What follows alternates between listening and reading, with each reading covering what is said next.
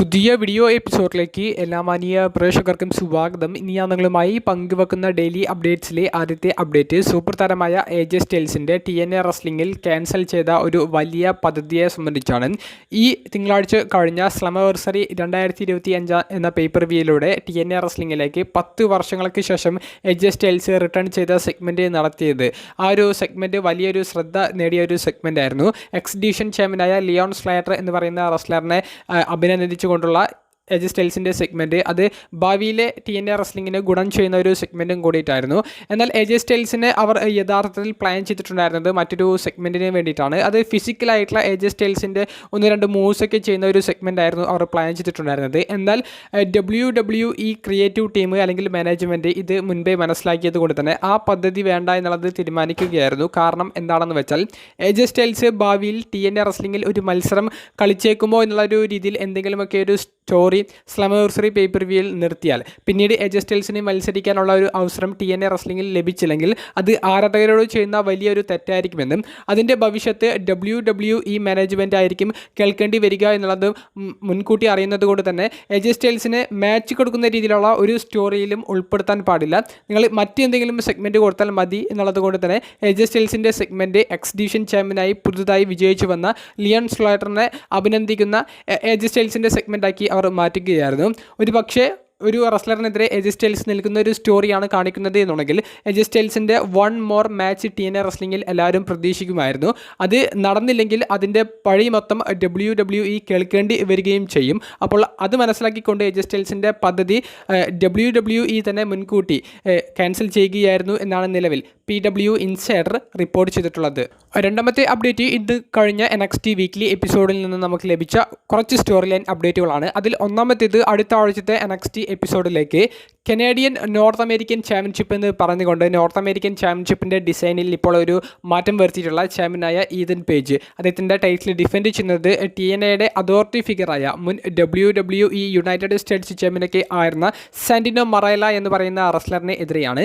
സാന്റിനോ മറേലയുടെ ഇന്നത്തെ NXTയിലേക്കുള്ള ഈ ഒരു അപ്പിയറൻസ് അതൊരു സർപ്രൈസ് വിസിറ്റ് ആണോ എന്ന് ചോദിക്കുമ്പോൾ സർപ്രൈസ് വിസിറ്റ് അല്ല എന്ന് തന്നെ പറയേണ്ടി വരും. ഇതിനു മുൻപും NXTയിൽ അപ്പിയർ ചെയ്തിട്ടുണ്ട്. കൂടാതെ TNA റെസ്ലിംഗിൽ നിന്ന് അതോറിറ്റി ഫിഗർ ആയിട്ടുള്ള സാന്റിനോ ഈ NXT എപ്പിസോഡിൽ വരുന്നുണ്ട് എന്നുള്ളത് സ്ലമവേഴ്സറി പേപ്പർ വ്യൂവിന് ഇടയിലൂടെ സാന്റിനോ തന്നെ കൺഫേം ചെയ്തിട്ടുള്ള ഒരു വാർത്തയായിരുന്നു. പക്ഷേ നോർത്ത് അമേരിക്കൻ ചാമ്പ്യനായ ഈതൻ പേജിൻ്റെ ചാമ്പ്യൻഷിപ്പിനെ ചലഞ്ച് ചെയ്യുന്ന രീതിയിലേക്കുള്ള ഒരു സെഗ്മെൻറ്റ് സാന്റിനോയുടെ ഭാഗത്ത് നിന്ന് കാണാൻ സാധിക്കുമെന്ന് ആരും പ്രതീക്ഷിച്ചിട്ടുണ്ടായിരുന്നില്ല. അപ്പോൾ പഴയ കോബ്ര എന്ന് പറയുന്ന ആ ഒരു ഫിനിഷറൊക്കെ ഉപയോഗിക്കുന്ന താരം ഒരിക്കൽ കൂടി മത്സരത്തിന് വേണ്ടി NXTയുടെ റിങ്ങിലേക്ക് അല്ലെങ്കിൽ WWEയുടെ റിങ്ങിലേക്ക് ഇറങ്ങുമ്പോൾ അതൊരു നൊസ്റ്റു ഫീൽ കൂടി നൽകുന്നതാണ്. സാന്റിനോ മറേല വേഴ്സസ് ഈതൻ പേജ് തമ്മിലുള്ള ചാമ്പ്യൻഷിപ്പ് മത്സരത്തിൽ സാന്റിനോ മറേലയ്ക്ക് പണ്ടത്തേതുപോലെ ഒരു അട്ടിമറി വിജയം നേടിയെടുക്കാൻ സാധിക്കുമെന്ന് നിങ്ങൾ കരുതുന്നുണ്ടോ? നിങ്ങളുടെ പ്രഡിക്ഷൻസ് കമൻറ്റ് ബോക്സിൽ രേഖപ്പെടുത്തുക. മറ്റൊരു story line update NXT weekly എപ്പിസോഡിൽ നിന്ന് നമുക്ക് ലഭിച്ചത് ദി അണ്ടർടേക്കറിൻ്റെ സെഗ്മെൻറ്റിനെ സംബന്ധിച്ചാണ്. ദി അണ്ടർടേക്കറിൻ്റെ NXTയിലേക്കുള്ള അപ്പിയറൻസും TNA വേൾഡ് ഹെവി വെയ്റ്റ് ചാമ്പ്യനായ ട്രിക് വില്യംസിനെ ചോക്ലെയിം ചെയ്ത ഒരു സെഗ്മെൻറ്റും കിടിലമായിട്ടായിരുന്നു പ്രസൻറ്റ് ചെയ്തിട്ടുണ്ടായിരുന്നത്. ദി അണ്ടർടേക്കറിൻ്റെ അമേരിക്കൻ ബാഡാസ് ക്യാരക്ടറിലായിരുന്നു താരം വന്നിട്ടുണ്ടായിരുന്നത്. ഹോൾ ഓഫ് ഫെയിമറായ ടേക്കറിനെ ചലഞ്ച് ചെയ്യുന്ന രീതിയിൽ ട്രിക് വില്യംസിൻ്റെ 1-2 വാക്കുകൾ നമുക്ക് തുടക്കത്തിലേ കാണാൻ സാധിച്ചു. LFG എന്ന് പറയുന്ന ടീം അണ്ടർടേക്കറിനെ സോഫ്റ്റാക്കി മാറ്റി എന്നുള്ളതാണ് ട്രിക് വില്യംസ് പറയുന്നത്. അങ്ങോട്ടേക്ക് അമേരിക്കൻ ബാഡാസിൻ്റെ തീം മ്യൂസിക്കൊക്കെ ഇട്ട് ടേക്കർ വരുന്നതും പിന്നീട് ടേക്കർ ട്രിക് വില്യംസിന് 1-2 പാഠങ്ങൾ പങ്കുവെക്കുന്നതും നമുക്കവിടെ കാണാൻ സാധിച്ചു. Trick Williams TNA ചാമ്പ്യനാണ്.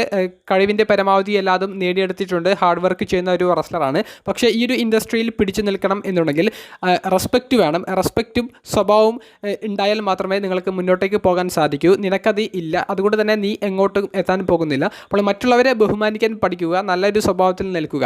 അതാണ് LFG എന്ന് പറയുന്ന തൻ്റെ ടീമിന് താൻ നൽകുന്ന ഒരു പാഠം. നിനക്ക് വേണമെങ്കിൽ അവിടെ വന്നിട്ട് അതൊക്കെ പഠിക്കാൻ സാധിക്കും. അപ്പോൾ ട്രിക് വില്യംസ് തിരിച്ച് ടേക്കറിനെ കളിയാക്കുന്നുണ്ട്. ടേക്കറിനെ അടിക്കുമെന്നുള്ളൊരു രീതിയിലേക്ക് എത്തുന്ന സമയത്ത് ടേക്കർ ചോക്ക് സ്ലാം നൽകി TNA ചാമ്പ്യനെ ആക്രമിക്കുന്നതാണ് നമുക്ക് കാണാൻ സാധിച്ചത്.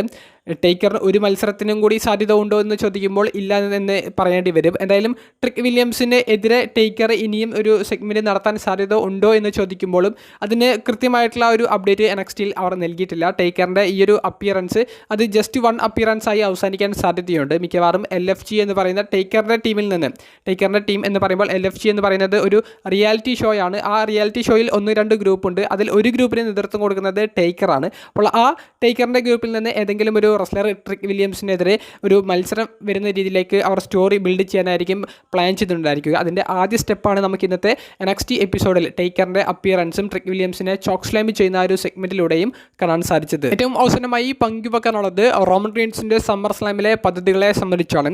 റോമൻ റീൻസും ജെ ഊസോയും ടീം ആയിക്കൊണ്ട് ബ്രോൺസൺ റീഡ്, ബ്രോൺ ബ്രേക്കർ തുടങ്ങിയവർക്കെതിരെ ഒരു ടാഗ് ടീം മത്സരം കളിക്കാൻ പോകുന്നു എന്നുള്ളത് ഏകദേശം ഉറപ്പായി കഴിഞ്ഞിട്ടുണ്ട്. സോഷ്യൽ മീഡിയയിൽ റോമൻ റീൻസ് പങ്കുവെക്കുന്ന ഒരു ഔദ്യോഗികമായിട്ടുള്ള ഒരു അപ്ഡേറ്റ് അനുസരിച്ച് സോഷ്യൽ മീഡിയയിൽ നിന്ന് റോമൻ റീൻസ് പറയാൻ ഉദ്ദേശിക്കുന്നത് ഇത്ര മാത്രമേ ഉള്ളൂ. ജെ ഊസോ ഒരിക്കൽ കൂടി റോമൻ റീൻസിൻ്റെ ടാഗ് ടീം പാർട്ണറായിട്ട് വരുന്നു.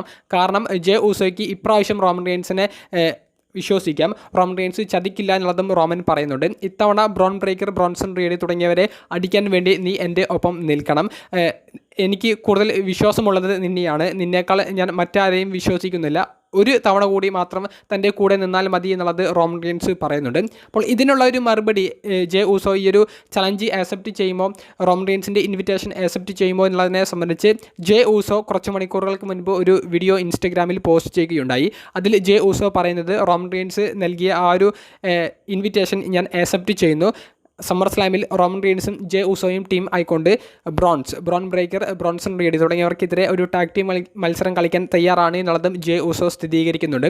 അപ്പോൾ റോമൻ റീൻസിൻ്റെ ഭാവി ജെ ഊസോയുടെ കയ്യിലേക്ക് എന്നുള്ളൊരു രീതിയിലേക്കാണ് ഇപ്പോൾ സ്റ്റോറി മാറിയിട്ടുള്ളത്. ഇനി സമ്മർ സ്ലാമിൽ എങ്ങാനും ജെ ഊസോ റോമൻ റീൻസിനെ ആക്രമിച്ച് ബ്രോൺ ബ്രേക്കർ, ബ്രോൺസൺ റീഡ് തുടങ്ങിയവരുടെ ഫാക്ഷൻ്റെ സെറ്റിന് പകരമുള്ള ഒരു ലീഡറായി മാറുന്ന രീതിയിലേക്ക് സ്റ്റോറി ബിൽഡ് ചെയ്യുമോ എന്നുള്ളതും നോക്കിക്കാണേണ്ടതാണ്.